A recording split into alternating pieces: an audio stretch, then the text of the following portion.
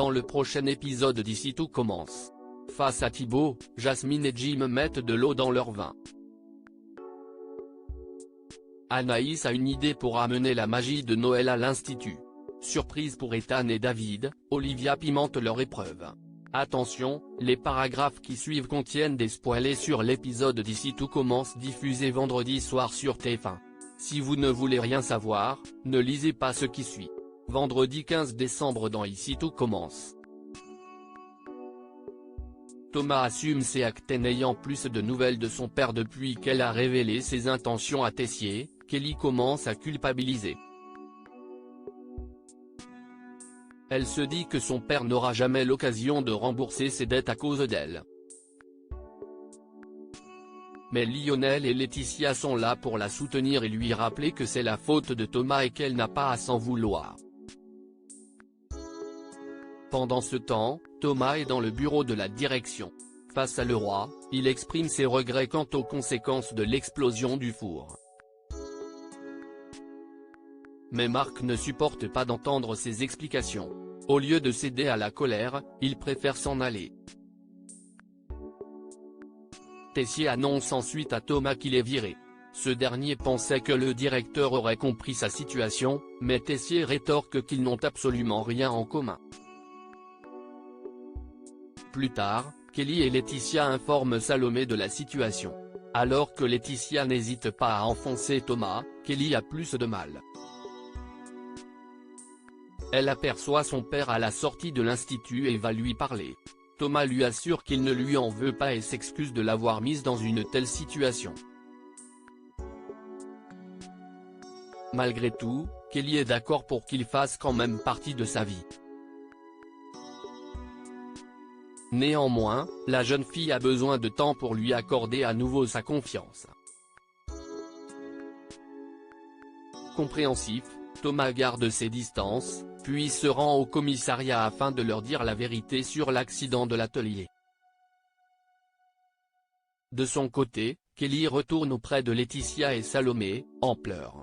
Anaïs se console en aidant les autres à la colloque des Marais, Carla n'arrête pas de recevoir des messages de ses parents à propos de Noël. Alors qu'elle s'apprête à les appeler pour leur confirmer qu'elle va acheter ses billets de train, Salomé lui propose d'intégrer sa brigade de Noël. Carla accepte, puis prévient ses parents. Anaïs remercie Salomé pour son geste. À l'Institut, Salomé et Anaïs profitent de croiser Rose pour l'informer que Carla va finalement rester pour les fêtes de fin d'année afin d'intégrer la brigade de Noël.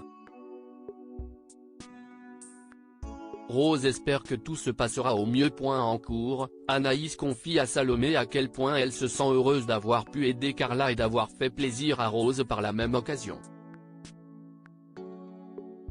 Livio, qui surprend leur conversation, trouve cependant injuste que Carla ait été aussi facilement recrutée dans la brigade de Noël alors que Salomé et Anaïs n'arrêtaient pas de se plaindre de son attitude à la colloque.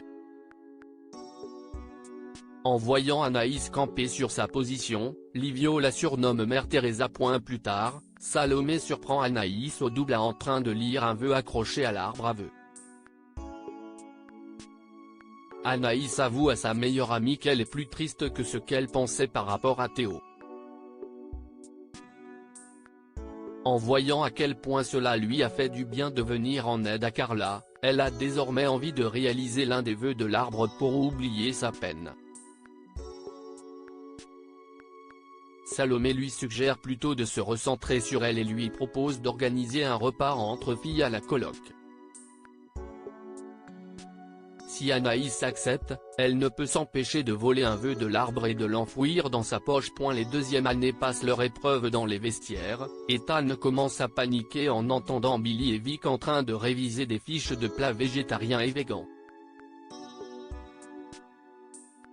En effet, comme leur épreuve est supervisée par la chef Listrac, les deux filles se sont penchées sur ce genre de plats gastronomiques. Ethan regrette de ne pas y avoir pensé aussi au lieu de se lancer un défi pimenté avec David. Les deuxièmes années se réunissent en cuisine, où leur épreuve est supervisée par la chef Liz Track, ainsi que par Jasmine. Les élèves doivent réaliser une recette végane d'un tout jeune chef, un millefeuille céleri rave petits légumes de saison, sauce yaourt au lait de coco tranché à l'huile de piment Aji Charapita. Pendant l'épreuve, Jasmine ne peut s'empêcher de flirter avec Thibaut. Plus tard, les deuxièmes années se réunissent à l'amphithéâtre pour l'annonce de leurs notes. Billy et Thibaut obtiennent un 15/20e, tandis que David et Ethan obtiennent tous les deux la meilleure note de leur promo, soit un 16/20e. Après quoi, Mark et Jim viennent féliciter Thibaut pour son résultat.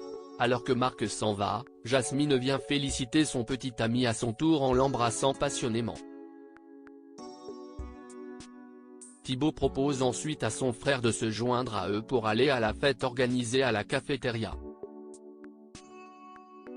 De leur côté, David et Ethan font croire à la chef Liz Track qu'ils ont révisé exprès les recettes pimentées du tout jeune chef qu'elle avait repérées pour son épreuve. Deva n'en revient pas. En rentrant à la coloc, elle décide également de goûter à du piment très fort. Mais elle se rend compte de son erreur, incapable de faire partir la brûlure. David lui suggère de l'embrasser. Sa méthode fonctionne. Le couple ne cesse de s'embrasser. Pendant ce temps, à la cafétéria, Jasmine et Jim se retrouvent au comptoir. Le jeune homme espère qu'ils vont pouvoir continuer à bien s'entendre, sans gêne car il s'est rendu compte qu'elle n'était pas la fille saoulante qu'il imaginait.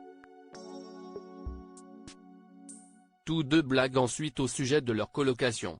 Jasmine est troublée. De loin, Thibaut observe son frère et sa copine ensemble. Kelly en profite pour s'excuser de les avoir accusés d'une liaison. Thibaut avoue qu'il ne peut pas lui en vouloir d'y avoir cru étant donné qu'il semble très complice. Toutefois, Thibaut affirme qu'il n'a aucun doute, ni sur l'un, ni sur l'autre.